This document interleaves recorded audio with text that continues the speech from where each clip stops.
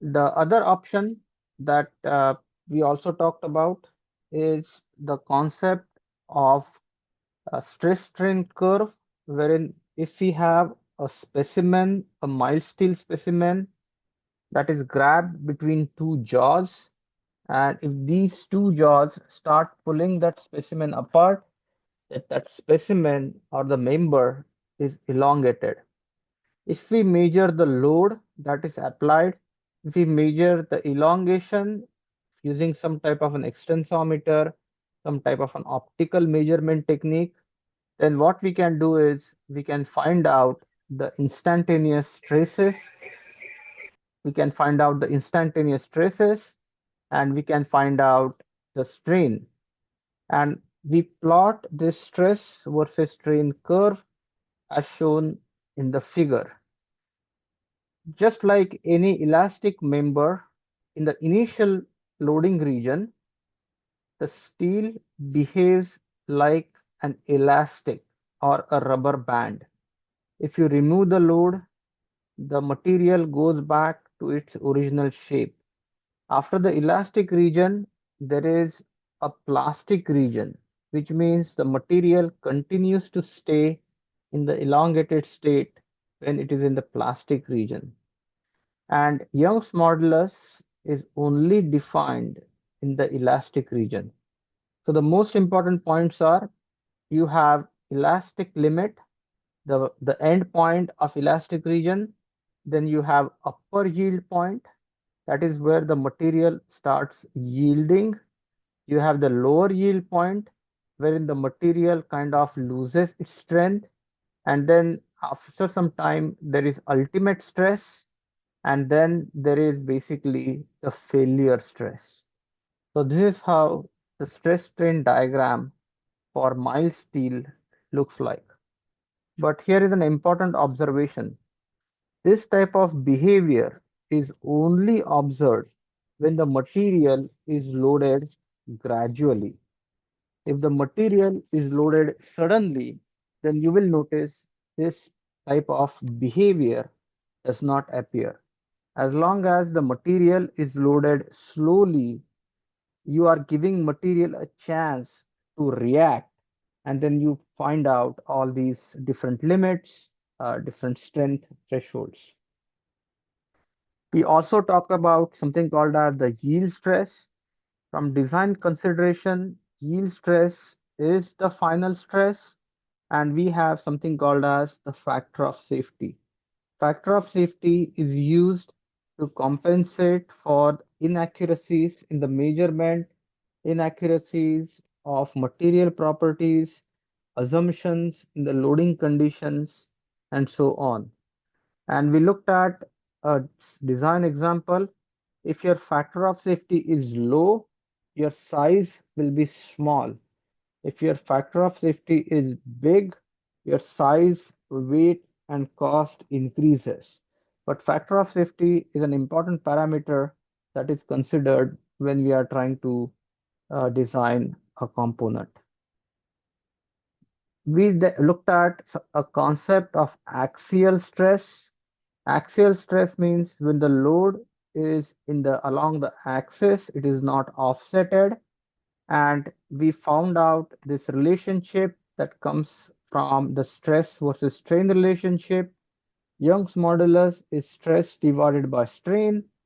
Substitute the value of stress P divided by A. Substitute the value of strain delta divided by L, and then cross multiply, and you get this equation. Delta, which is the elongation or compression or in general deformation, is P times L divided by A times E, where P is the load, L is the original length, A is the area, and E is the Young's modulus. The next concept that we talked about is the concept of Poisson's ratio. For an example, if you have a specimen, imagine a circular specimen of diameter d and the initial length Li. If you apply this load P, then the material or this rod elongates, and once this rod elongates, then you get some type of a deformation, and this deformation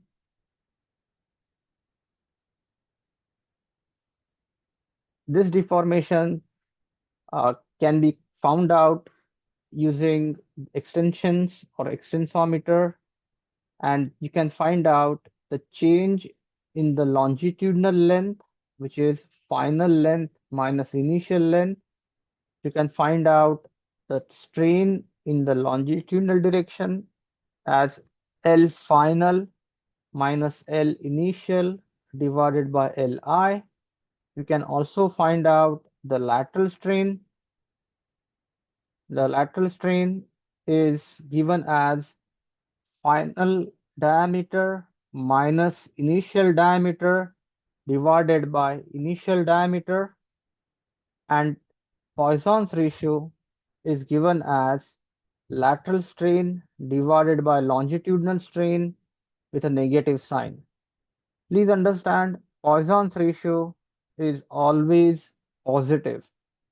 If lateral strain is complementary, in other words, you apply the load in the longitudinal direction, but you get some lateral strain because of the loading in the longitudinal direction.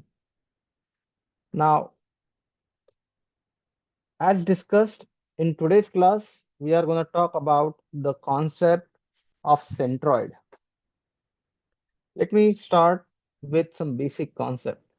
Centroid is the fictional point where this area is focused.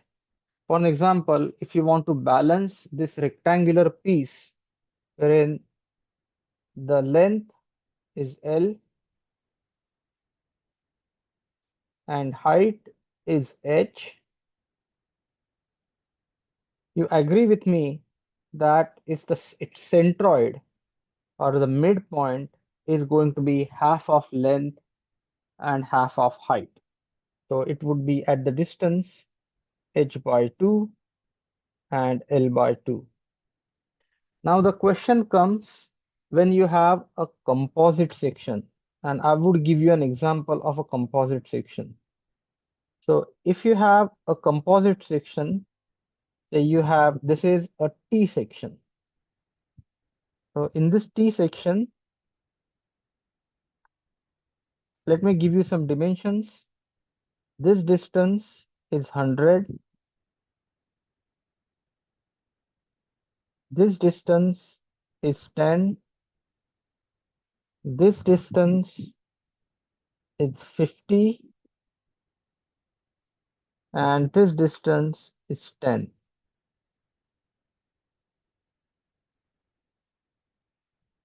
So what I want to do is, first, let me draw the axis of symmetry.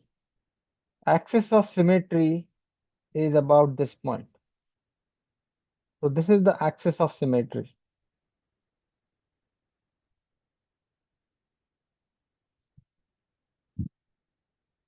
So the centroid, or the point where this T section will be balanced, will be along the axis of symmetry. So how do we find this out? Here is the procedure. We find out the moment of areas. So I'm going to call this area A1. I'm going to call this area A2. Now let's identify where is the centroid of area A1. Centroid of the area A1, I'm going to use this as my reference. This is my datum. Centroid of area A1 is at distance 5 millimeters. So this distance is going to be 55 millimeters. Let me find out where is the centroid of area A2. Centroid of area A2 is going to be at distance 25. So this distance is going to be 25. So what I want to do is, I'm going to call this distance Y1. I'm going to call this distance Y2. and the formula for centroid is y bar is equal to a1 y1 plus a2 y2 divided by a1 plus a2. Think about centroid as if it's a weighted average. So you have a1, let's find out the area a1, 100 times 10 multiplied by y1, 100 times 10 multiplied by y1 is 55 plus a2, which is 50 times 10 multiplied by 25, and then divide this by the area, which is 100 times 10 plus 50 times 10. You can solve this, and that should be able to give you the answer. Now, please understand, I do not need to find out the value of x bar, because please note that my order the symmetry, so and you will notice that y bar will be somewhere over here. This would be your y bar. Y bar. Similarly, we are going to let's work out this problem wherein what you have is you have this I section. This I section, let's first find out the, the point of symmetry. Now, it is to be observed that this top flange is 300 and this bottom flange is 200. A side note, imagine if I have a completely symmetric I section. If I have a completely symmetric I section, which means the top flange and bottom flange, they have the same dimension. If the top flange and the bottom flange, they have the same dimension, if for an example, then you agree with me that the axis of symmetry is going to be here.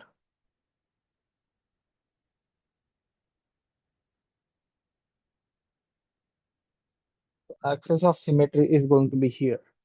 And this is where the centroid is going to be. This is where the centroid is going to be. Now, however, in this particular problem, the top flange has a different width, which is 300 millimeters. Bottom flange has a different width, which is 200 millimeters. Thus, we have to consider two different areas. So I'm going to call this area A1. I'm going to call this area A2. And I'm going to call this area A3. It can be noticed that this is symmetric about the vertical axis. So clearly, centroid is going to be somewhere on this y-axis. Centroid is going to be somewhere on this y-axis. Let's try to find out. Let's consider datum. This is going to be my datum. This is my datum. This is datum. And on this datum, so let's find out. This is going to be the centroid of the section A1, and this distance is going to be 400 plus 15 plus 7.5. So 400 plus 15 plus 7.5, which is 422.7. Now, in case if you're wondering, please note this is 15, this is 400, and the last distance, the half of the top flange is 7.5. 2.5. Yep. Now, the second distance we have to find out from here. This is going to be 200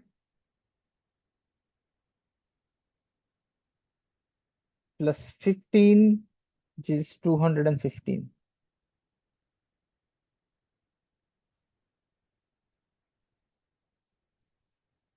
So 200 plus 15, 215. And the last one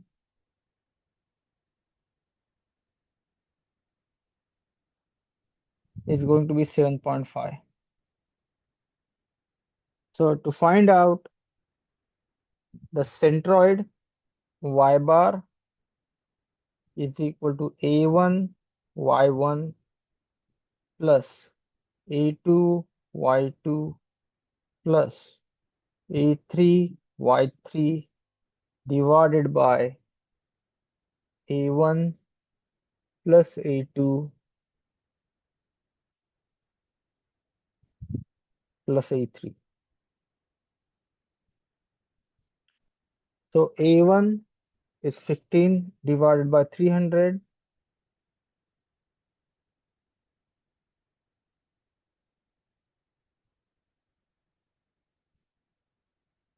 15 multiplied by 300 multiplied by 422.5 plus a2 is 400 times 15 multiplied by 215 plus 200 times 15 times 7.5 divided by the area, which is 15 times 300 plus 400 times 15 plus 200 times 15. And this answer you can find out, uh, this answer is 238.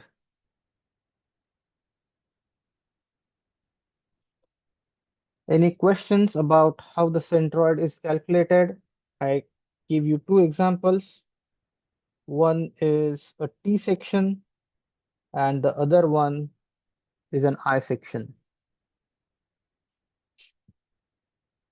Now let's take an example where we have this complicated section wherein uh, let's understand where the axis of symmetry is. Clearly the axis of symmetry is somewhere over here. This is the axis of symmetry. So the centroid is going to be on the axis of symmetry. So I'm going to find out different areas. So let's say this I'm going to call as area A1. This I'm going to call as area A2. And this guy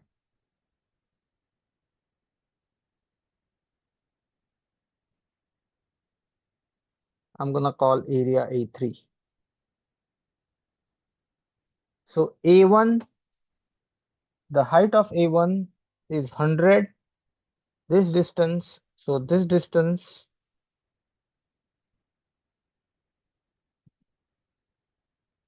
is 50 plus 25, which is 75.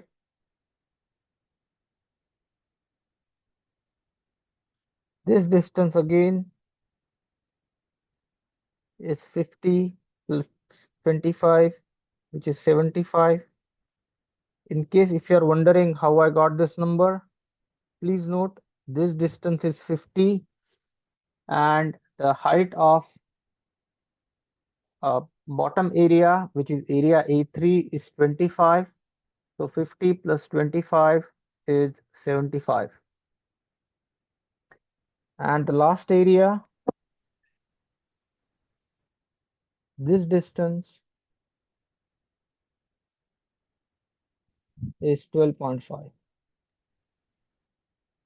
So now we have to find out y bar.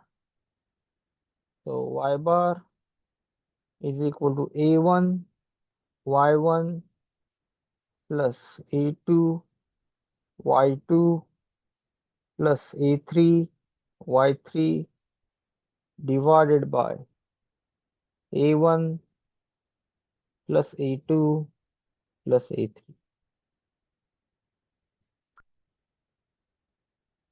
Now a1 is 25 times 100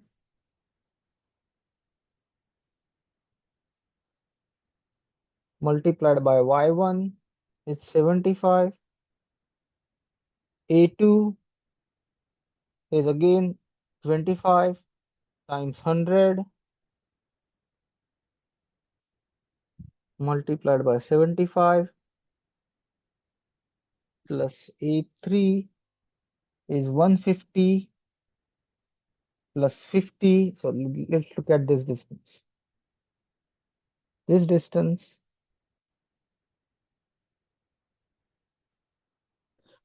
can someone quickly tell me what this distance is? 150 plus 50, which is 200, 200 plus 50 on either side, which is 300. Can you see that this distance is 300?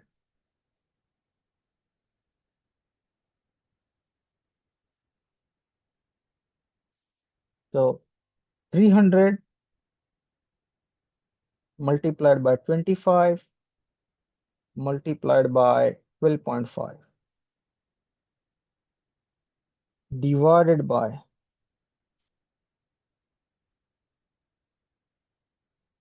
25 times 100 plus 25 times 100 plus 300 times 25.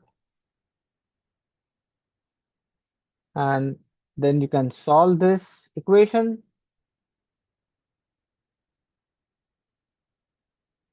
and the answer is 37.5.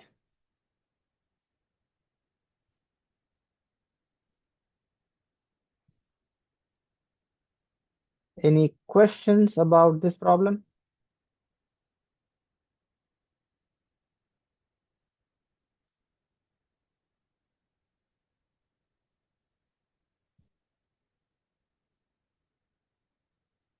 Now let's look at the next problem. Do you agree with me that this problem is exactly similar to the problem that we have solved a minute ago? So in the previous problem, we had something like this.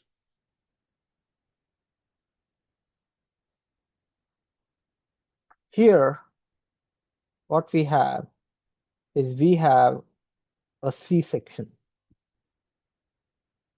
If you want to solve this problem, the axis of symmetry is somewhere over here.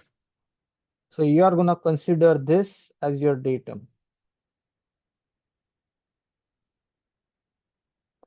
And this is your axis of symmetry. So x is your axis of symmetry. And we will use three different areas. So I'm going to call this as area 1, this as area 2, and the last one is area 3. So area 1, and this is going to be our datum.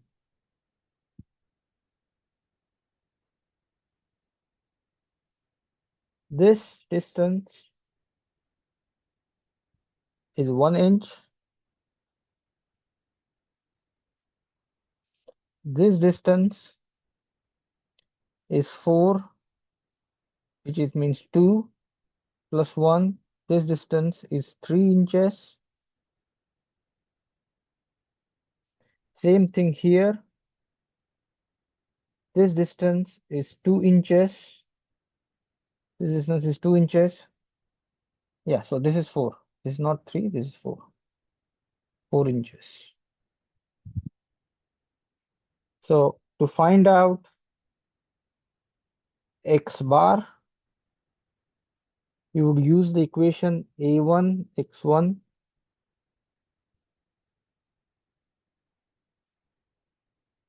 plus a2 x2 plus a3 x3 divided by a1 plus a2 plus a3.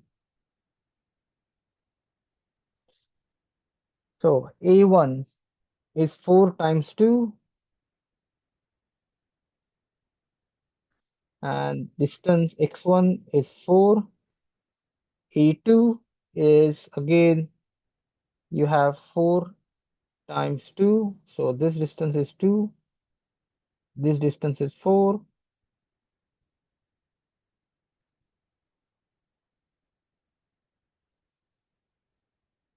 Four plus A3 is 4 plus 4, 8. 8 times 2 multiplied by 1 divided by 4 times 2 plus 4 times 2 plus 8 times 2. And you can solve this equation and you will notice that the distance is 2.5 and this distance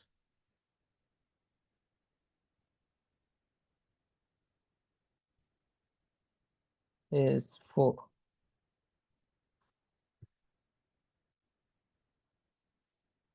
So the vertical distance is 4 and the horizontal distance is 2.5 inches. Now the next problem which I want to discuss uh, real quick is the, the triangle problem. Now what we want to do is uh, before we start talking about the triangles, let me see. I want to discuss a concept, something called as the moment of inertia.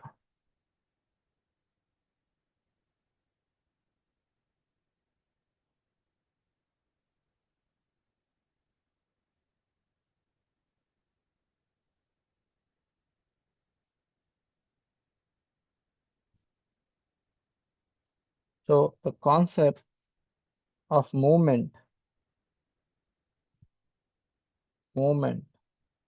of inertia. Moment of inertia is nothing but second moment of area.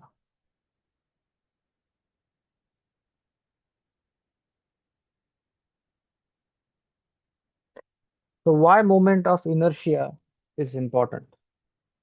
Now I want to give an example. Consider uh, maybe a strip. Consider a strip, a small strip. And if you apply the load on this strip, you agree with me that this strip easily bends. So if you apply the load on this strip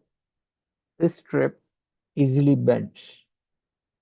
Now what I want you to do is, I want you to basically change the orientation of this small strip. So, and I'm gonna give this maybe a little bit of thickness. So change the orientation of this strip. And this strip, rather than being horizontal, This strip is now vertical. And if you apply the same amount of load, if you apply the same amount of load, you will notice that this strip does not bend, or at least does not bend to the extent the horizontal strip bends. Now, why is this concept appearing? And this is because the horizontal strip has low moment of inertia.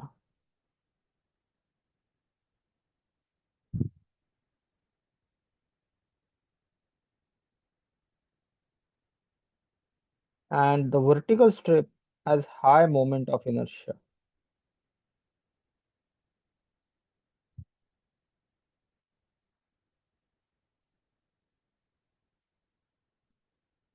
And moment of inertia concept is extremely important.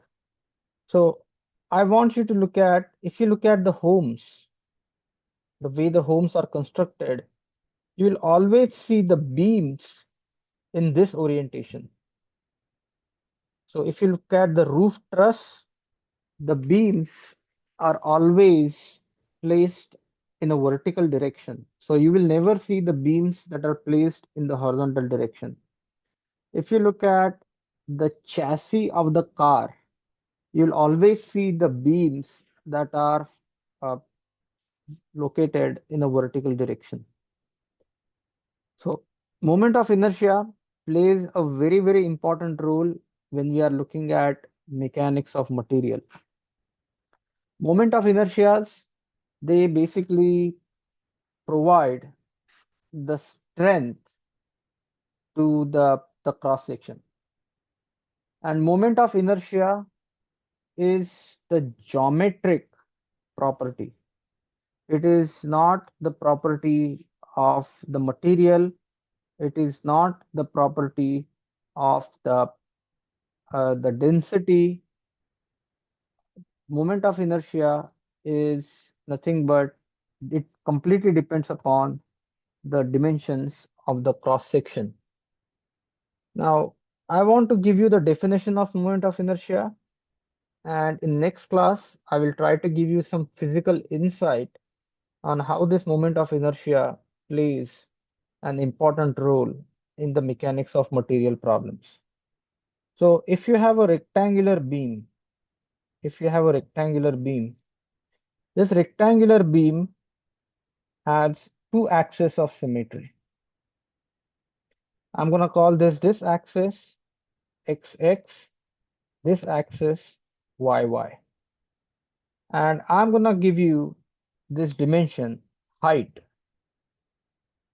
which is given as D, and the width, which is given as B. Now, moment of inertia, Ixx, is given as BD cube by 12. Now, why is this equation important? This equation is important because please try to understand B is significantly greater than B, and D is the dimension that is being cubed. So B times D cube by 12. Now what I'm going to do is I'm going to make the same thing horizontal, and now observe, for the sake of same discussion, this becomes X and this becomes Y. And now I want to find out this dimension is B and this dimension is D. So Iyy is dB cube by 12. So I want you to look at this equation very carefully. Please note, I'm trying to find out the moment of inertia about XX. I'm going to find out the moment of inertia about xx. The dimension which is parallel to xx, the dimension which is parallel to xx, which is b, goes here. And the dimension which is perpendicular to xx, the dimension which is perpendicular to xx is cube. So I want you to pay attention to this. If you are trying to find out the moment of inertia of a rectangular cross section about an axis, then the dimension which is perpendicular to that axis is cubed. The dimension which is parallel to that axis remains as is. Similarly here, now note that you're trying to find out about yy. So you are trying to find out Iyy.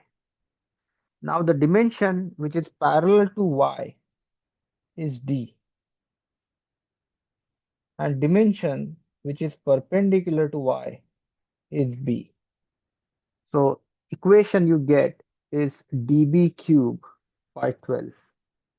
There is one more uh, comment that I want to make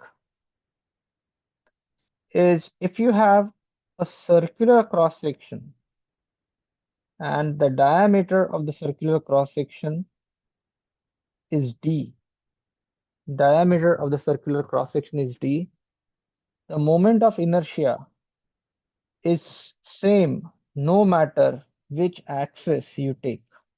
So whether you take xx, you take yy, or maybe you take some other axis, or you may be taking some other axis, your ixx is equal to iyy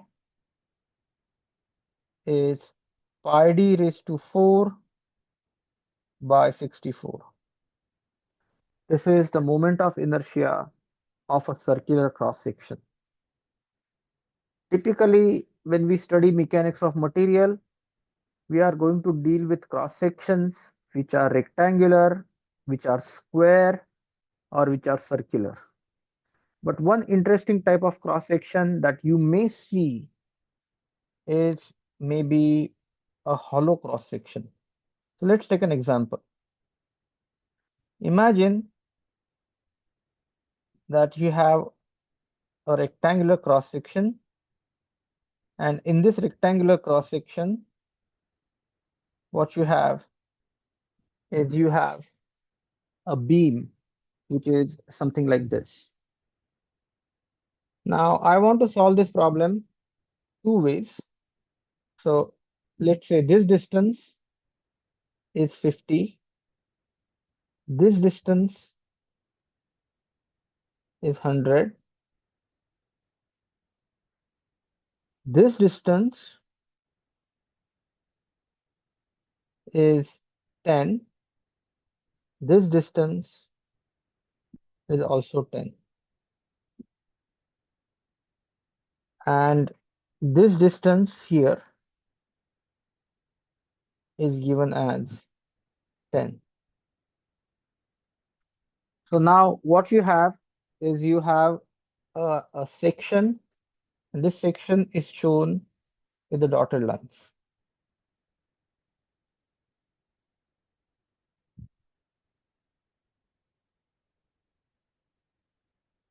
This section is shown with dotted lines.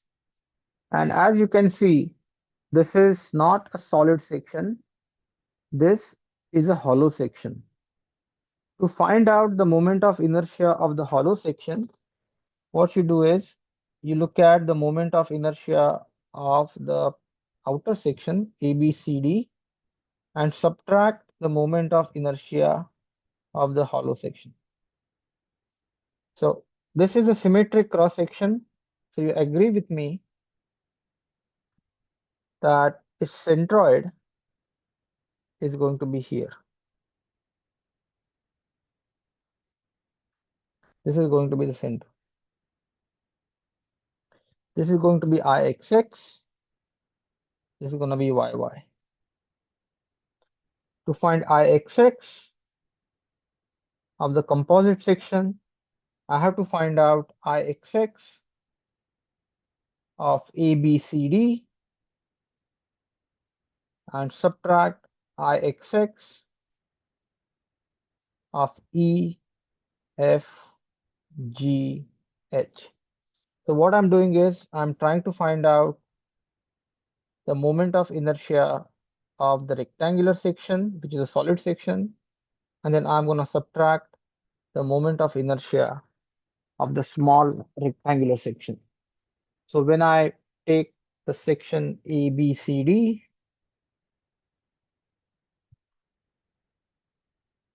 and subtract the small section EFGH, I get the moment of inertia of the composite section. So let's do that. Ixx is again BD cubed by 12 minus, so I'm going to call this capital B, capital B, capital D, just because it's outside dimension. BD cube minus small b, small d cube by 12. So outside section B is 50, D is 100 cube by 12. Now the inside section you have, it's a symmetric cross section. So 10 millimeters on top, 10 millimeters on bottom. So you get uh, the height as 80 and the width again 10 millimeters and 10 millimeters, which is 50 minus 20, 30. So 30 times 80 cube by 12. Now similarly, if we want to do the same calculation for Iyy, I would do Iyy of ABCD minus Iyy of EFGH. The only difference here is this equation would change to dB cube by 12, because please note when you look at YY, this is B and this is D. So this is D. So let me show it over here. This is B. This is D.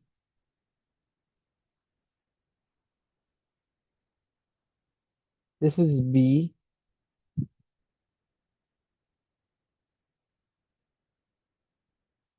This is D.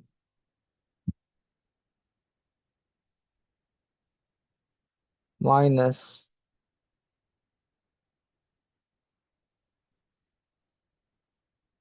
So D dimension is 100. B dimension is 50 cube minus D dimension is 80 minus 30 cube divided by 12. And this is how you can find out the moment of inertia of a composite section. Okay, any questions here?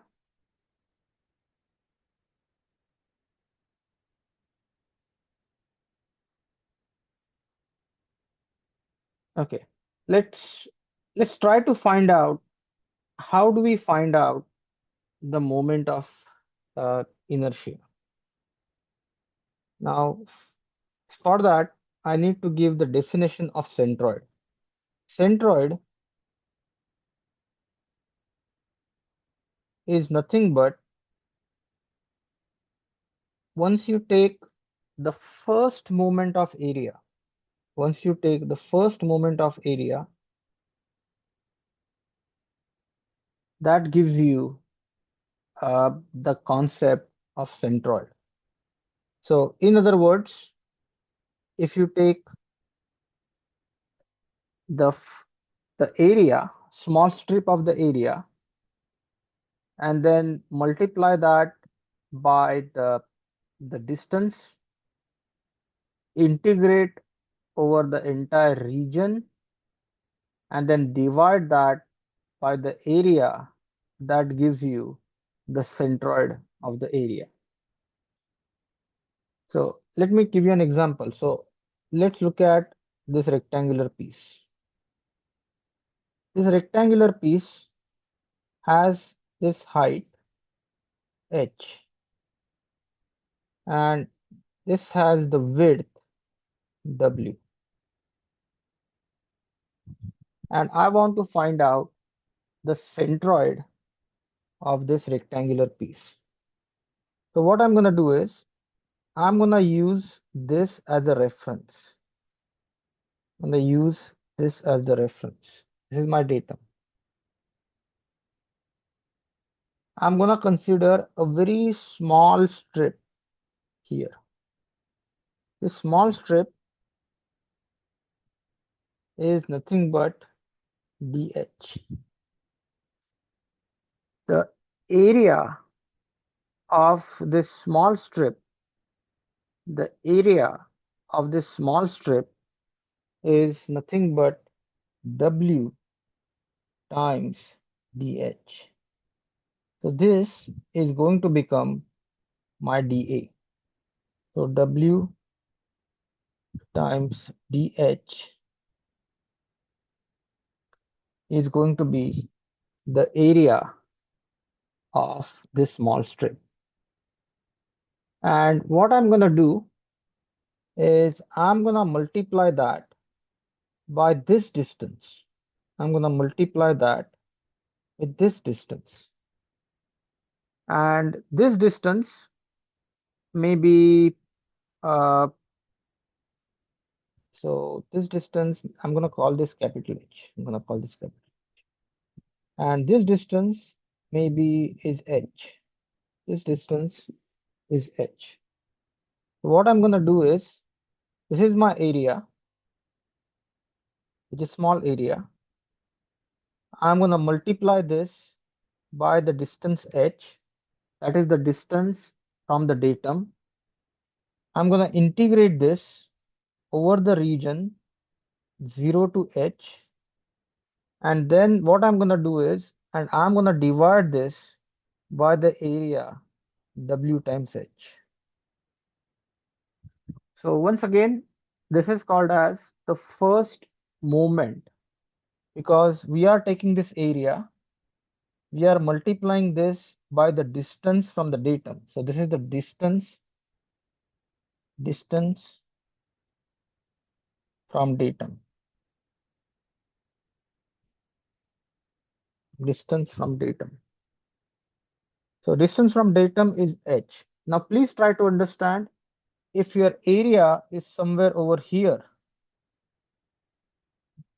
the area again is going to be dh times w. But at that time your h is going to be this. So you are actually integrating the moment of area over the entire height. So once you perform this integration, so please note this integration is going to be w h dh integral 0 to h divided by w times h. This integral is w h square by 2, and you are going to have the limits of integration 0 and h divided by w times h. So if you look at w, you are going to get h square divided by 2 times wh, which means you are going to get h by 2. So this gives you the first moment of area. And this is by definition is centroid. So centroid is nothing but the first moment of area. So this is also called as the first moment of area. Now, moment of inertia, on the other hand, it's called as the second moment of area. So same logic. So what I'm gonna do is moment of inertia is what you do is you take I and multiply that by the second moment. So this will become y square dA from 0 to h. Y square dA from 0 to h. Now same thing, this becomes h square, dA becomes w times dh. Your integral limits are 0 to h. So this becomes w h square dh integral 0 to h. So this becomes uh, w times h is h cube. Uh, I think I'm making a mistake here. So area is w times dh, uh, and this distance is h. Oh, okay. Actually, I will have to split it and do it from above and below. So this is not the right way to do it. So what I need to do is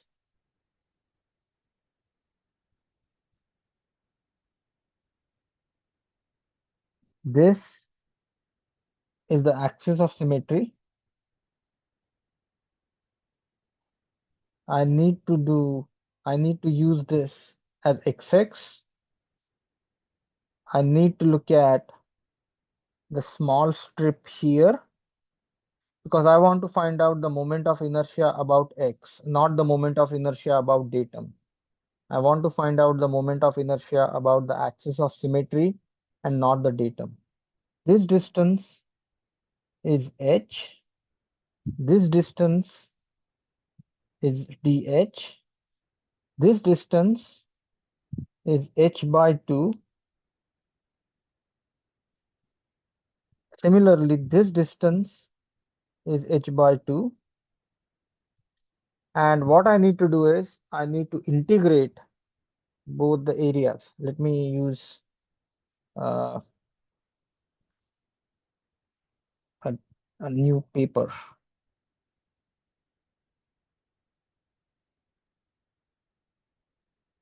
Once again, I'm not trying to find out the moment of inertia about the datum. I'm trying to find out the moment of inertia about the axis of symmetry, xx, yy.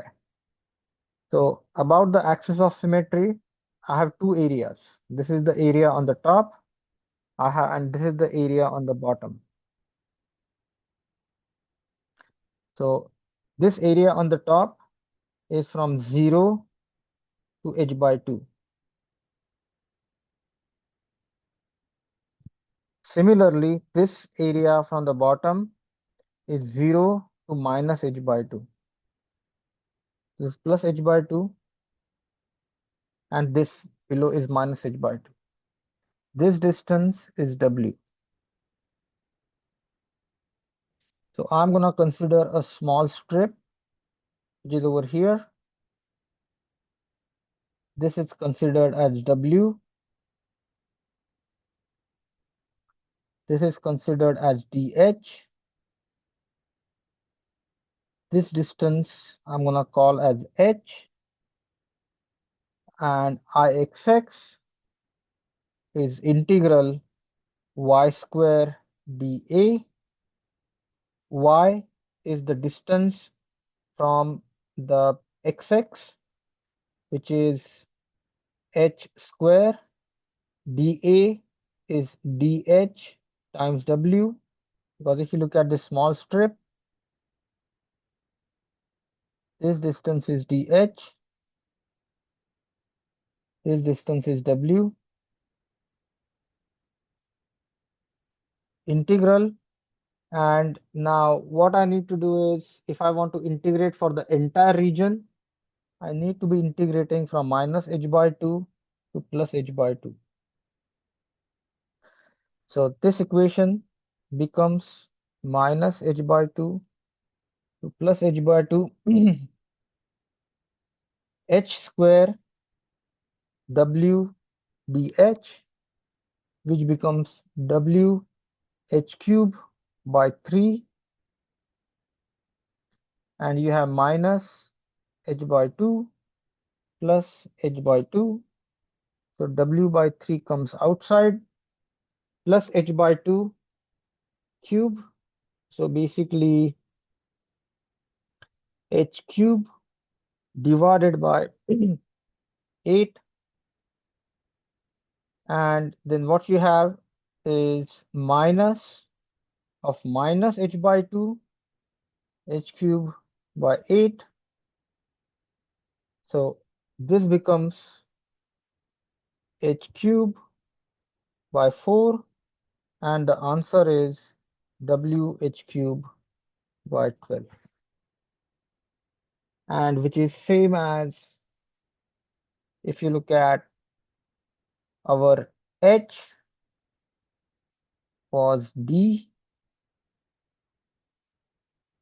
and W was B. So this is B D cube by 12.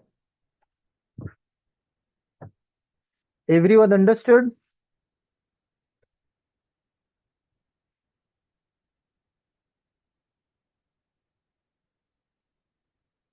Now please understand, we are trying to find the moment of inertia about the axis of symmetry. You can repeat the exact same process,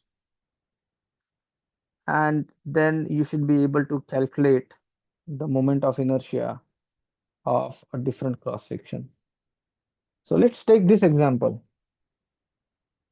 So what you have is, you have a triangular cross section, and we have to find out the moment of inertia, and we want to find out the moment of inertia about x-axis.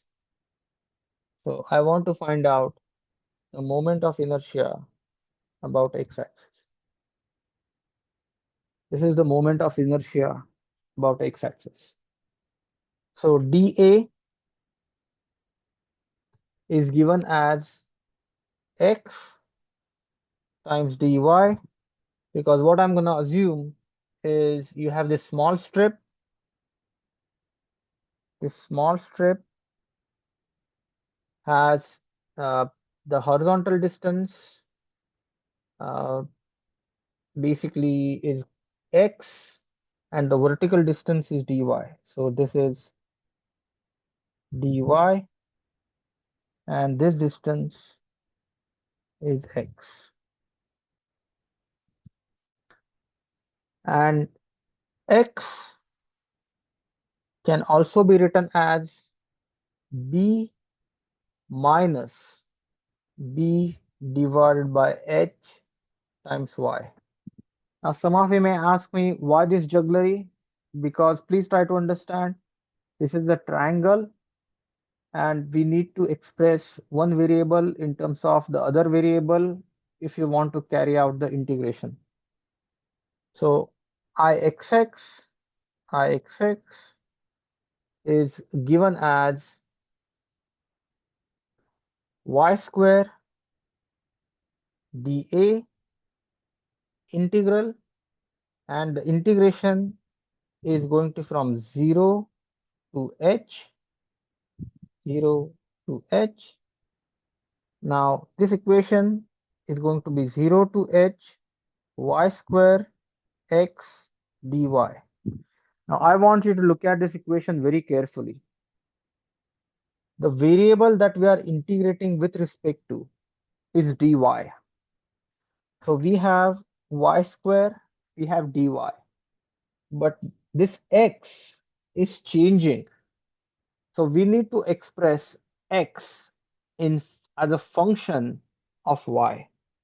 So please understand, when y is equal to 0, when y is equal to 0, I want you to note, when y is equal to 0, x is b. When y is equal to 0, x is b. So when y is equal to 0, x is equal to b.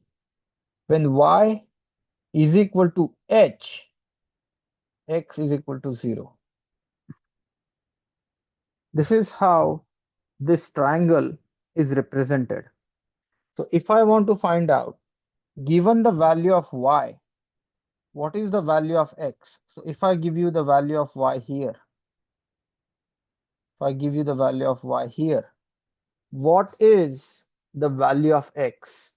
That is given by the relationship x is equal to b minus b times h times y. So now you note, when you substitute y is equal to 0, you get x is equal to b.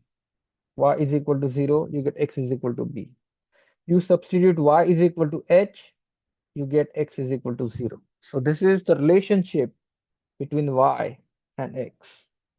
So I'm going to replace this equation 0 to h, y square.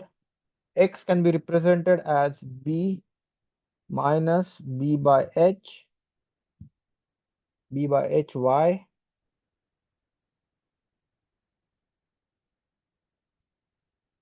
y dy.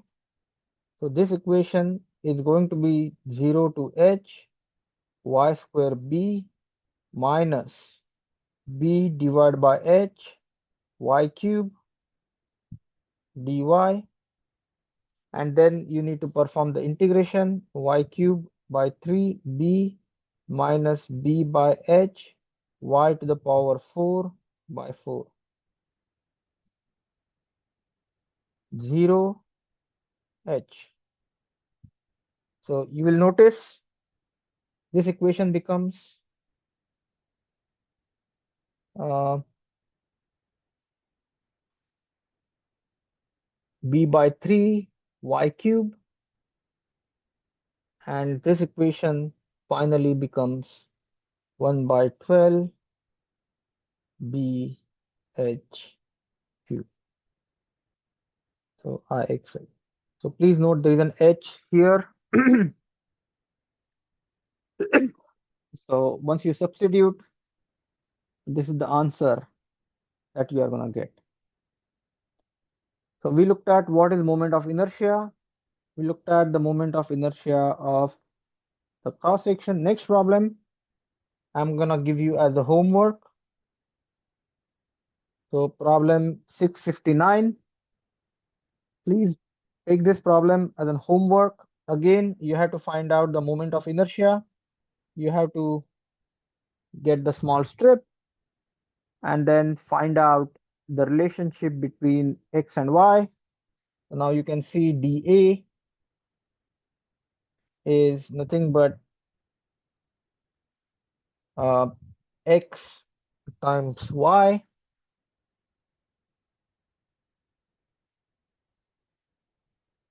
dA is equal to this equation is going to be,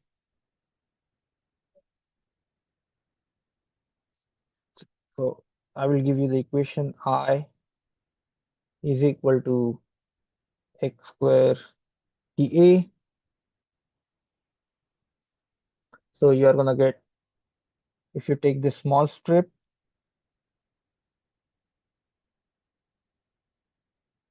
this is dx, x square dA is given as y times dx integral. This distance is 0, this is 4, we go from 0 to 4. And the relationship between y and x is already given to us. X is equal to y square. So you can substitute y in terms of x, 0 to 4. So y is equal to square root of x square, x to the power half dx. And you can perform the integration, which is 0 to 4 x to the power 5 by 2 dx,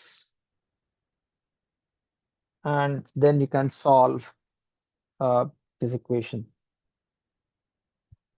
Next thing is, if you have a rectangular cross, if you have a cross section, something like this, the way you solve this problem is you can treat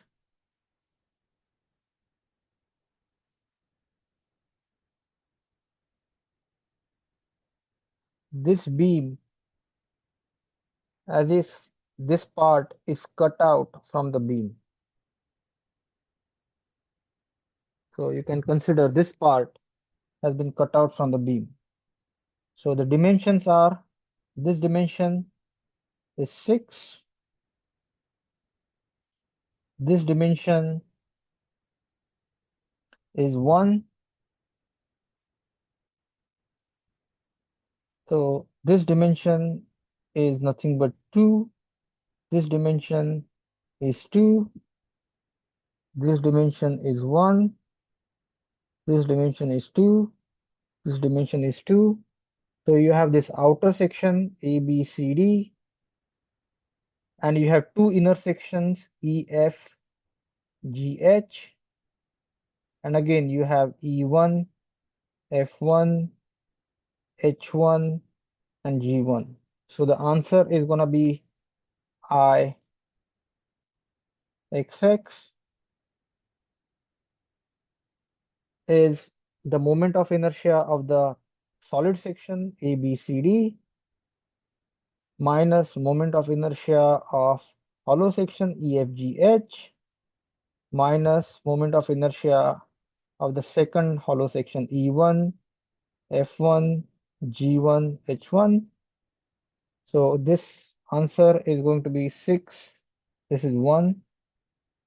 This is 1. So you have 5 times 8 cube by 12. Please note these two are same.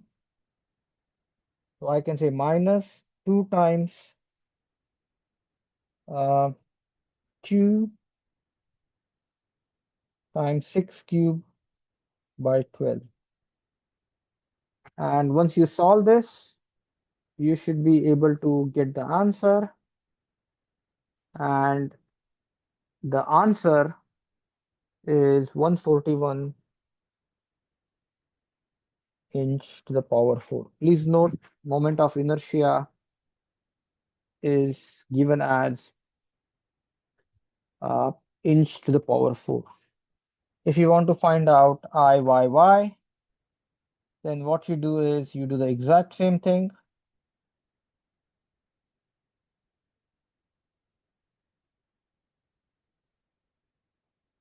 You do the exact same thing.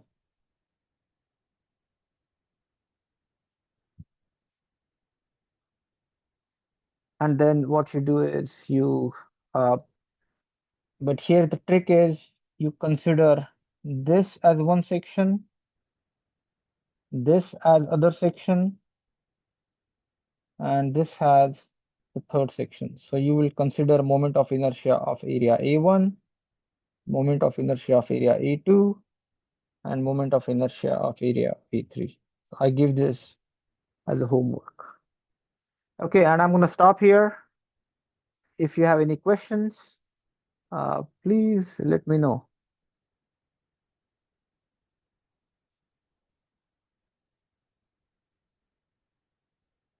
Any questions from anyone?